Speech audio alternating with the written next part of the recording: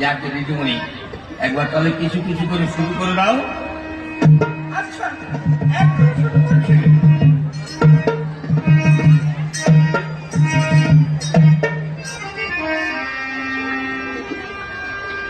আমার সোনা বন্ধু রে, তুমি কোথায় রইলা রে?